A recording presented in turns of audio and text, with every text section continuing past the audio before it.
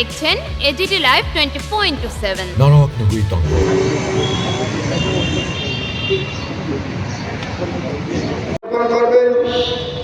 ত্রিপুরা হরিজন উন্নয়ন সমিতির রাজ্য কমিটির সম্পাদক কমরেড কাজল দাস,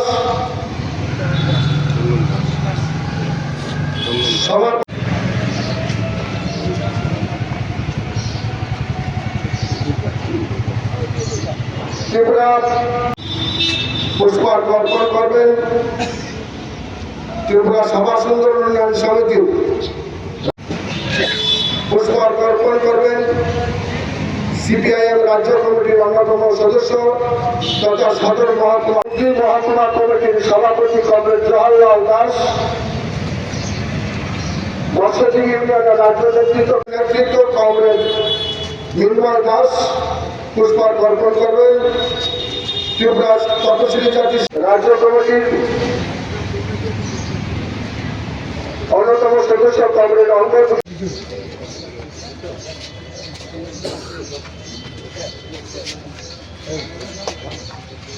কমরেড নিত্যানন্দ দাস,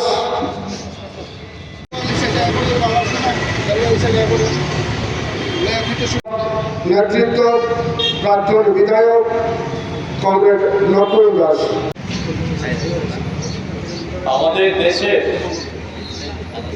সংবিধান প্রণেতা ভারতরত্ন ডক্টর বি.আর. আম্বেদকরের 136তম জন্মদিবস আমরা আমাদের সংগঠন ত্রিপুরা তফসিলি জাতি সমন্বয় সমিতির রাজ্য কমিটির তরফ থেকে এখানে উদযাপন করছি।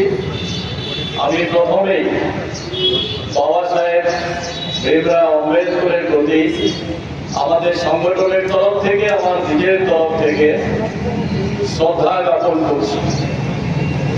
আপনারা এটা সবাই জানেন, আমাদের দেশের সংবিধান প্রণেতা ডক্টর বি.আর. আম্বেদকর যে সংবিধানের উপর ভিত্তি করে আজকে আমাদের দেশ চলছে, এই সংবিধান আমাদের দেশের সার্বভৌমত্ব, সমাজতান্ত্রিক, ধর্মনিরপেক্ষ, গণতান্ত্রিক, প্রজাতন্ত্র রাষ্ট্র হিসাবে গড়ে তোলার জন্য এই সংবিধান রচনা করেছে। এই সংবিধানের মধ্যে দিয়ে সমস্ত অংশের মানুষের সমান অধিকার, কথা বলার অধিকার, তার ধর্ম, উপাসনা, সমস্ত কিছু মত প্রকাশের স্বাধীনতা এবং ব্যক্তি স্বাধীনতা ও মর্যাদাকে প্রাধান্য দিয়ে আমাদের দেশের ন্যায়, স্বাধীনতা, ভ্রাতৃত্ববোধ এবং সাম্যের উপর ভিত্তি করে এই সংবিধান শুধুমাত্র একটা আইন না, এটা একটা দলিল গোটা দেশের মানুষকে ঐক্যবদ্ধ রেখে এবং সকলের সমান অধিকার প্রতিষ্ঠিত করার জন্য এই দলিল। আজকে আমরা অত্যন্ত দুর্ভাগ্যের সঙ্গে লক্ষ্য করছি, আমাদের দেশের শাসক গোষ্ঠী তথা আরএসএস পরিচালিত এই বিজেপি এই দেশের সংবিধানকে ভেঙে চুরমার করার জন্য মরিয়া হয়ে উঠেছে। এই ইতিহাস আপনাদের সকলেরই জানা। যখন আমাদের দেশের এই সংবিধান তৈরি হয় সেই সময়ে তীব্র বিরোধিতা করেছিল আরএসএস যে আমরা ডক্টর বি.আর. আম্বেদকরের রচিত এই সংবিধান আমরা মানি না। এই 1949 সালের 26শে নভেম্বর এই সংবিধান পরিষদ গ্রহণ করে সেই সময়ে তীব্রভাবে বিরোধিতা করেছিল আরএসএস যে আমরা এই সংবিধান মানি না, আমরা চাই এদেশের সংবিধান হোক মনুস্মৃতির অনুরূপ। আর এই মনুস্মৃতি, মনোভাব, মনুসংহিতা সম্পর্কে আপনাদের নিশ্চয়ই ধারণা আছে। এই মনুস্মৃতির মূল ভিত্তি হচ্ছে, মূল বক্তব্য হচ্ছে বর্ণবাদ, চতুর্বর্ণে বিভক্ত।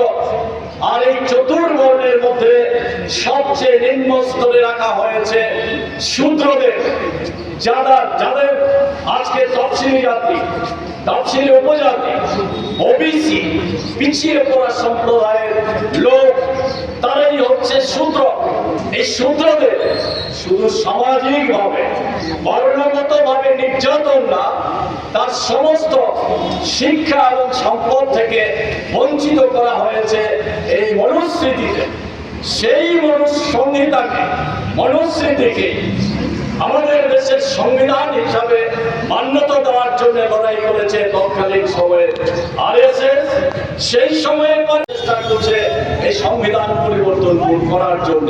শুধু তাই না, এই সংবিধানে পিছিয়ে পড়া অংশের মানুষ, তপশিলি জাতি, তপশিলি উপজাতি, ওবিসি, তাদের জন্য সাংবিধানিক যে অধিকার এখানে প্রতিষ্ঠিত হয়েছে, সংরক্ষণ, শিক্ষা, অর্থনৈতিক উন্নয়নের প্রশ্নে যে সুযোগগুলি ছিল, দিনের পর দিন সেগুলিকে সংকুচিত করে নিয়ে আসছে আরএসএস এর পরিচালিত এই সরকার। কেন্দ্রে প্রতিষ্ঠিত হওয়ার পর থেকে এই সংবিধানকে তার বুকে পা রেখে একটার পর একটা লঙ্ঘন করে যাচ্ছে। সংবিধানের সমস্ত বিষয়গুলি, সমস্ত অধিকার, গণতন্ত্র সব শেষ করে দিচ্ছে। শুধু তাই না, তারা ভাবনা হচ্ছে এই সংবিধান পরিবর্তন করতে হবে। এই জন্যেই গত লোকসভা নির্বাচনের সময় স্লোগান উঠেছিল, নরেন্দ্র মোদী প্রধানমন্ত্রী স্লোগান তুলেছিলেন যে এইবার 400 পার। কারণ আমাদের দেশের সংবিধান পরিবর্তন করতে গেলে আমাদের দেশের সাংসদদের 3 ভাগের 2 ভাগের সমর্থন দরকার। আর এই সংখ্যাটা প্রায় 400-এর কাছাকাছি। এই জন্যে এবার 400 পার এই স্লোগান তুলেছিলেন।